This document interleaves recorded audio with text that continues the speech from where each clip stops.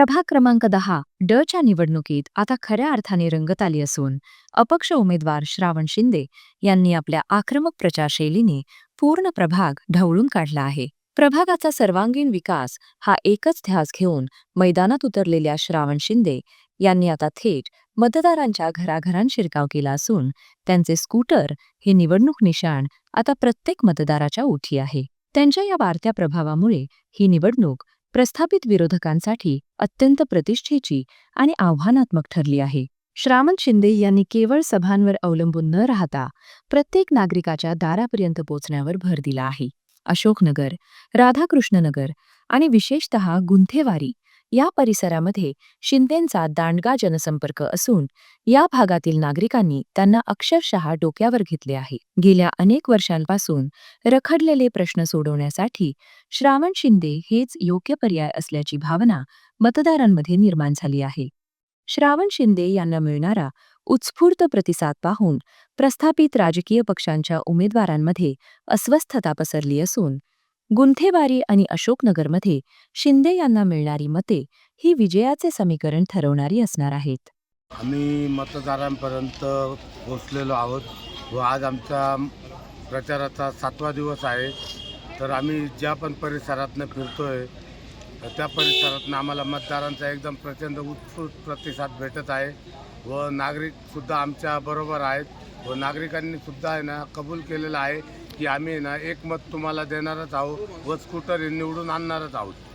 प्रभागामध्ये फिरताना अनेक लोक तुम्हाला प्रभागामधील समस्या सांगतात. काय काय समस्या सांगतात, तुम्ही त्या समस्यांचं कसं निवारण करशाल? प्रभागात अनेक प्रकारच्या समस्या आहेत. त्यामध्ये प्रामुख्याने रस्त्यांचा प्रश्न असेल, पाण्याचा प्रश्न असेल, त्यानंतरून ज्येष्ठ नागरिकांसाठी विरंगुळा केंद्राचा विषय असेल, पेवर ब्लॉक वगैरेचे विषय असतील. अशा एक ना अनेक समस्यांनी आपला प्रभाग क्रमांक 10 ग्रस्त आहे.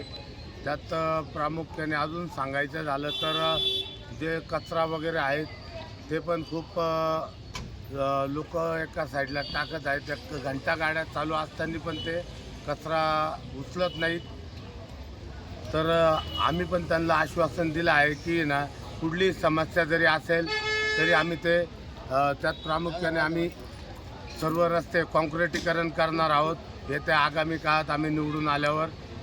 तसेच महिलांसाठी बचत गट योजना स्थापन करणार आहोत. महिलांसाठी काही उद्योग आम्ही ना आणण्याचे आमचे प्रयत्न आहेत. असे अनेक प्रयत्न आम्ही करणार आहोत. टवाळखोरांचा मुख्य प्रश्न सध्या प्रभाग क्रमांक 10 मध्ये समोर येत आहे. त्याला तुम्ही कसा आळा घालण्याचा प्रयत्न करशाल?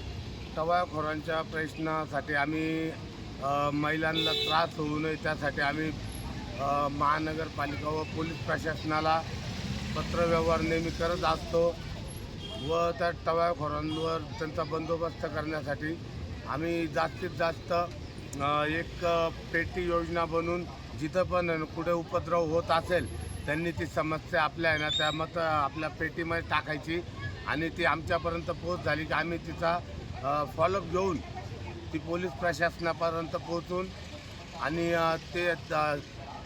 त्या प्रश्नाचं आम्ही निवारण करू. अपक्ष म्हणून तुम्ही आता उमेदवारी करत आहात, जनतेंना भेटत आहात, लोकांना भेटताय, काय वाटतं तुम्हाला? आम्ही अपक्ष प्रभाग क्रमांक 10 मधून मी अपक्ष उमेदवारी करत आहे. तर इथून मागे प्रभाग क्रमांक 10 मध्ये जसे पाहिजे तसे कामे झालेले नाही आहेत.